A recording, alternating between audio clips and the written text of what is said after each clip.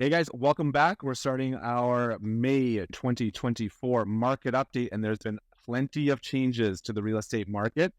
We have a rate cut, and we have a new mortgage policy. Patti, you mentioned the new mortgage policy that's coming in for some first-time buyers. Can you please elaborate and give us some insight on how we think this might be kind of run through the market? I'm not sure how many people this will help, but the government is offering insured 30-year amortizations for a first-time buyer of a new property. So it has to be a brand new home, and it is a loan to ratio of more than 80%. And the first-time buyer qualification is you never owned, you or your spouse or your partner in the last 4 years, or you've recently experienced a marriage or common law relationship breakdown. So it has to be brand new, never occupied, and then sales, basically less than 20% down. Okay. Less than 20% down, and you can now get a 30-year mortgage for any mortgage that's submitted after August the 1st. So, okay, maybe it'll help somebody. This is good. Do we know if there's a cap on the price of the property? I know this is very preliminary, which was just announced today, Right. but we don't know if there's a cap yet. Don't know about the cap. I don't think so, Adam. I guess it's an insured mortgage, so they're going to do their homework, and you're going to pay the insurance fee. So they've got you. Yeah, that's true. You will. There is a fee to it. It's not a free insured mortgage. Secondly, the big news coming only a few days ago was that we had a rate cut of 25 basis points. Yes. Jen, I'm going to push this one over to you. So I'm going to make sweeping changes to the market, right? Sweeping. Yeah, I'm not so sure about that. So I think we're headed in the right direction, but I think that there are several factors that are impacting the market right now. So what will the rate change do? It will help with the psychology of buyers and sellers just for a little bit more activity. I think that, people start to warm up before they actually work out, if you want to use that kind of analogy. So Adam, is it correct that we have 4 other rate we have 4 more rate announcements. Yeah, 4 more rate announcements this year. The next one's going to be in July. Yeah, so really quick. I think that, if we see back to back, then I think we might be looking at a much busier spring with more activity. But right now, this initial rate change is not lighting a fire in the market. I think the conditions we see right now, I think we can all agree about this.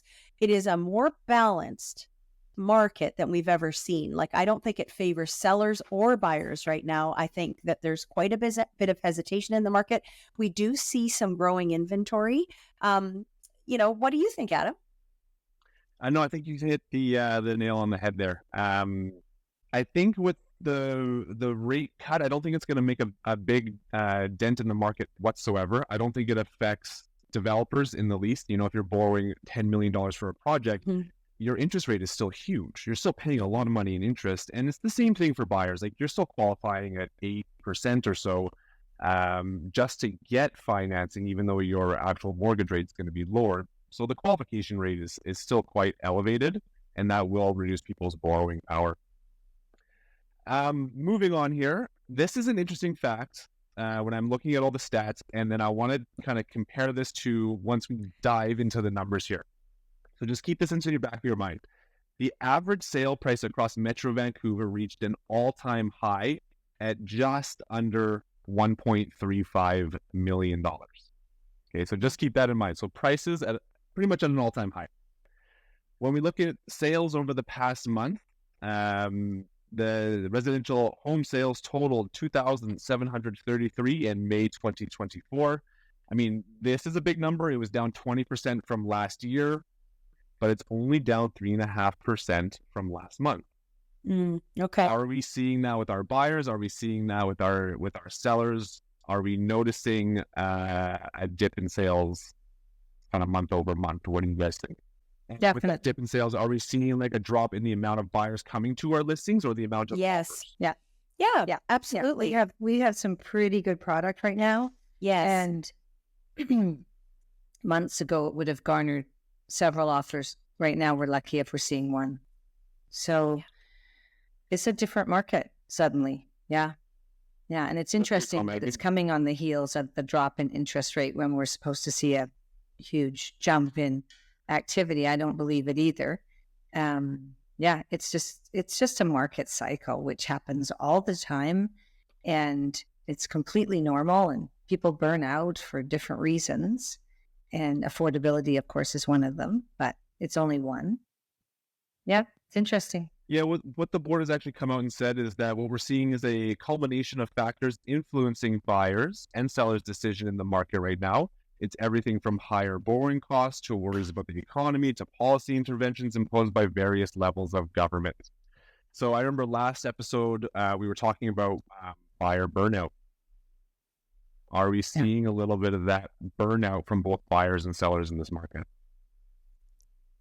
Definitely buyers. I'm not sure about sellers. Sellers are still continuing to put their properties on the market if they have somewhere to go or they have a plan in place. There's still a fairly steady number of listings coming out. That it's not unusually high in any way, shape, or form. Like nothing's crazy in terms of the numbers, but things start to build up, and then they build up some more, and if less people buy, then that's what happens. That's how markets change.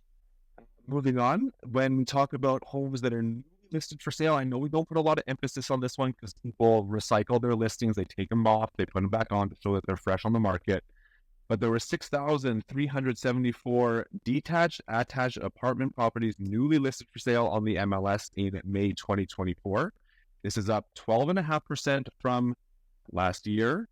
But this is the number I found interesting. The homes newly listed for sale were actually down 10% month over month. On top of this, when we're looking at the total number of inventory listed on the MLS, Metro Vancouver has 13,600 homes total for sale. It's 46% increase compared to May 2023. So that is a massive amount of total inventory on the market. But when we're looking month over month and we want to see the incremental changes, we're only up just under 9% in inventory month over month. Is this enough of a shift, that just slow accumulation of inventory, to sway the market in a favor of a buyer or seller? And in this case, because there's more inventory, is it enough to sway it in the favor of buyers? I'd say yes. I think that, we see fewer and fewer people coming to our open houses, and we have fewer requests for our listings. And then we know that this is just starting to, the inventory starting to grow. So I think we can't help but think this is what's going to happen. The only thing that might change this is the successive rate cuts. So if then I think it will tip back in favor of sellers, because buyers will be really interested in buying. I think this is where the hesitation lies, because I completely agree with you that when you have rate cuts, borrowing power is increased, money is cheap. But typically when you have rate cuts, you also have a weaker economy. So there's the juxtaposition of, do I purchase? Is it riskier? There's policy intervention and all these factors at play. Like the board just said, you're seeing it now in real time. It just causes hesitation. And when there's too many things going on, people freeze. And we've seen this years ago. We've seen it time and time again. Well, and Adam, I'm just going to interject here, because I was reading an article the other day from a senior analyst of mortgages, and he was telling people, oh, the rate cut, you're going to go variable, and you're going to ride it down. And so when people start reading that, they're, oh, it's going down more. So then what happens? Like, do people start to think, oh, I'll just wait a little while? And then the paper says, oh, we've had a 9% increase in available inventory. Oh, let's add that up. Let's look at this. Let's decide, oh, maybe we should wait. We should wait till fall. I mean, that's what happens. And people, it's normal. Like, it's normal that you would pay attention to the market, that you would think, how am I going to get the best deal? Yeah, that's what that's what people want. So, it becomes a self-fulfilling prophecy. You bet. Yeah, that's an interesting comment. Is it better to buy now when you have inventory, maybe not all the inventory yet to come onto the market and ride that rate down, or wait and secure that lower rate, see where things go, and then possibly compete with that many more buyers trying to get into the market. But age-old Patti, what have you said in previous episodes? You need to buy when it's time and sell when it's time, and not pay attention to That's the rest right. of the world. Exactly. Thank you. Right. Yes. Yes. And I'll reiterate that. Absolutely. Awesome. Moving forward here, while we've just talked about listings being at a 4-year high, sales to active ratios are just hovering below 21% sales to active listing ratio. So Jen, the very beginning of our little episode here, you mentioned that this is possibly the most normal market you've been a part of, not been a part of, but you've seen in a long time. And I think our sales to active listing ratio reflects that with 21%. Exactly. That's the I'm nail. finding in the deals that we are putting together, we are finding buyers are thinking they're paying too much and sellers are thinking they're selling for too little. And so you can really feel this sense of balance. I'm not having that seller say, "Oh, wow, you knocked it out of the park," where we didn't, you know what I mean, Patti, where we had 20 offers to choose from and they're basically getting a back rub thrown in with their offer. That's not what's happening. That's not what's happening. We're having to make sure in a lot of the contracts that we're professionally cleaning and doing these things that are a little extra, so we can see that there is this balance between buyers and sellers right now. Yeah, it's starting to matter again how clean a listing is, how prepared it is. And thankfully, we help you prepare if you ever choose to list with us. So Exactly. I think that really becomes important now as inventory increases. And so we still have a steady turnover of listings because of that, because we really do prepare our sellers. We not only in price, but in price expectation, but also in how to present it to the buyers. But it becomes much more important as the inventory rises, much more. Yep. Sellers have to stand out, and it's only with a process of preparation that you can make that happen. Awesome, guys. Any last words of wisdom before we sign off for this month?